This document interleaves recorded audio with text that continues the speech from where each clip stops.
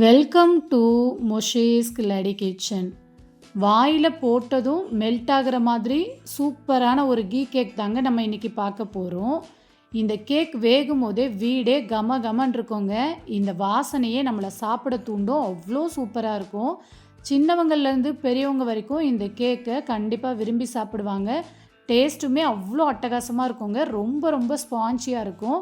இப்போ இந்த கேக்கை எப்படி பண்ணலாங்கிறதையும் பார்க்கலாம். அதுக்கு ஒரு பவுலில் 1 கப் அளவுக்கு பவுடர் பண்ண சுகர் சேர்த்துக்கங்க. நான் எடுத்திருக்க கப்போட அளவு பார்த்திங்கன்னா 250 ml அளவு இருக்குங்க. அதே கப்பாலேயே 1 கப் அளவுக்கு நெய் சேர்த்துக்கங்க. நெய்யை உருக்கிட்டுலாம் சேர்க்கக்கூடாதுங்க. உருக்காமல் 1 கப் அளவுக்கு மெஷர் பண்ணி சேர்த்துக்கங்க. நான் இன்றைக்கி எலக்ட்ரிக் பீட்டரை வச்சு தாங்க மிக்ஸ் பண்ண போகிறேன். லோ ஸ்பீடில் ஒரு 2-3 நிமிஷத்துக்கு இதை நல்லா பீட் பண்ணிக்கோங்க. அதுக்கப்புறம் இதோட சைட்ஸ் எல்லாத்தையும் நல்லா எடுத்து விட்டுருங்க. இந்த மாதிரி நல்லா சைட்ஸ் எல்லாத்தையும் எடுத்து விட்டுட்டு இப்போ ஹை ஸ்பீடில் ஒரு 3 to 4 நிமிஷத்துக்கு நல்லா பீட் பண்ணிக்கலாம். எல்லோயிஷாக இருக்கிறது நல்லா ஒயிட்டாக மாறி வரணும். அது வரைக்கும் நல்லா பீட் பண்ணிக்கலாம். இப்போ பாருங்கள், நல்லா ஒயிட்டாக மாறி வந்துருச்சு. இப்போ இதில் 3 முட்டையை உடச்சி சேர்த்துக்கலாங்க. சேர்த்துட்டு இது கூடவே 2 பிஞ்ச் போல் உப்பு சேர்த்துக்கங்க.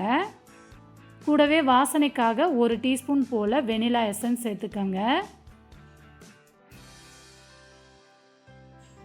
வெனிலா எசன்ஸ் சேர்த்ததுக்கப்புறம் பீட்டரை வச்சு ஒரு 2-3 நிமிஷத்துக்கு லோ ஸ்பீடில் பீட் பண்ணிக்கோங்க. இப்போ மறுபடியும் சைட்ஸ் எல்லாத்தையும் நல்லா எடுத்து விட்டுட்டு ஒரு 3 to 4 நிமிஷத்துக்கு ஹை ஸ்பீடில் நல்லா பீட் பண்ணிக்கோங்க. உங்கள்கிட்ட இந்த மாதிரி எலக்ட்ரிக் பீட்டர் இல்லைன்னா நீங்கள் விஸ்கு வச்சு கைவிடாமல் ஒரு 20 நிமிஷம் பீட் பண்ணிக்கோங்க. உங்களுக்கு கரெக்டாக மிக்ஸ் ஆகி வந்துடும். இப்போ ஒரு சன்னி எடுத்துக்கோங்க. அதில் 1.5 கப் அளவுக்கு மைதா மாவு சேர்த்துக்கோங்க. கூடவே 1 டீஸ்பூன் போல் பேக்கிங் பவுடர், 1/2 டீஸ்பூன் போல் பேக்கிங் சோடா சேர்த்து நல்லா சலிச்சு எடுத்துக்கோங்க. மாவை நல்லா சலிச்சதுக்கப்புறம் விஸ்கு வச்சு ஒரே டைரக்ஷன்லேயே மிக்ஸ் பண்ணி விட்டுக்கோங்க. டைரக்ஷன் மாற்றி மாற்றி மிக்ஸ் பண்ண வேண்டாம். ஜென்டலாக மிக்ஸ் பண்ணிக்கோங்க. அப்போ தான் கேக் ரொம்ப சாஃப்டாக இருக்கும். கேக் பேட்டரை மிக்ஸ் பண்ணதுக்கப்புறம் பார்த்திங்கன்னா மாவு ரொம்ப கெட்டியாக இருக்குது.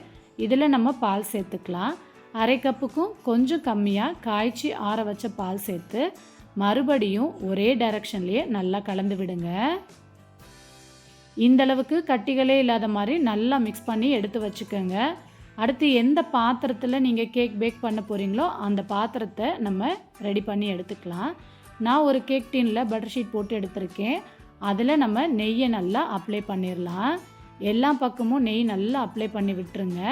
இப்போ ரெடி பண்ணி வச்சுருக்க கேக் பேட்டரை கேக் டின்னில் சேர்த்துட்டு நல்லா டேப் பண்ணி விட்டுருங்க. அப்போ தான் ஏர் பபுள் எல்லாம் நல்லா ரிலீஸ் ஆகி கேக் வந்து உங்களுக்கு ரொம்ப சாஃப்டாக வரும். இப்போ 15 நிமிஷம் ப்ரீஹீட் பண்ணி வச்சுருக்க ஓடிஜியில் இந்த கேக் பேட்டரை வச்சுட்டு டைம் நம்ம செட் பண்ணிக்கலாம். நான் ஒரு 25 நிமிஷத்துக்கு டைம் வந்து செட் பண்ணிக்கிறேன். நீங்கள் 25 நிமிஷத்தில் இந்த கேக்கை சூப்பராக பேக் பண்ணி எடுத்துடலாங்க. உங்கள்கிட்ட ஓடிஜியோ ஓவனோ இல்லைன்னா நீங்கள் நார்மலாக பாத்திரத்தில் கூட வேக வச்சு எடுத்துக்கலாம்.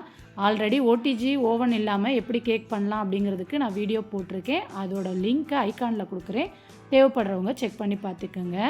நான் 25 நிமிஷம் கழித்து ஓப்பன் பண்ணி பார்த்தேன். கேக் சூப்பராக பேக் ஆகி வந்துருச்சுங்க. நீங்கள் கேக் டின்லேருந்து பட்டர் ஷீட்டோடு அப்படியே எடுத்திங்கன்னா கொஞ்சம் கூட ஒட்டாமல் கேக் சூப்பராக வந்துடும். ஆறுனதுக்கப்புறம் உங்களுக்கு விருப்பமான ஷேப்பில் பீஸ் போட்டு சர்வ் பண்ணுங்கள். டேஸ்ட் அட்டகாசமாக இருக்குங்க. குழந்தைங்கள்லேருந்து பெரியவங்க வரைக்கும் என்ஜாய் பண்ணி சாப்பிடுவாங்க. இதில் கொஞ்சம் கூட முட்டையோட ஸ்மெல்லே இருக்காதுங்க. நெய்யோட வாசத்தில் அட்டகாசமாக இருக்கும் இந்த கேக்கு. வாயில் போட்டதும் மெல்ட் ஆகிற மாதிரி கண்டிப்பாக இருக்குங்க. கண்டிப்பாக ட்ரை பண்ணி பாருங்கள். ட்ரை பண்ணி பார்த்துட்டு எப்படி வந்திருந்துச்சுன்னு மறக்காமல் உங்கள் ஃபீட்பேக்கை கமெண்ட்டில் சொல்லுங்கள். இந்த கேக் ரெசிபி பிடிச்சிருந்தால் லைக் பண்ணுங்கள். உங்கள் ஃப்ரெண்ட்ஸ் அண்ட் ஃபேமிலியோடவும் ஷேர் பண்ணிக்கோங்க ஃப்ரெண்ட்ஸ். மறக்காமல் மோஷேஸ் கில்லாடி கிச்சனையும் சப்ஸ்கிரைப் பண்ணி வச்சுக்கோங்க ஃப்ரெண்ட்ஸ். பாய்.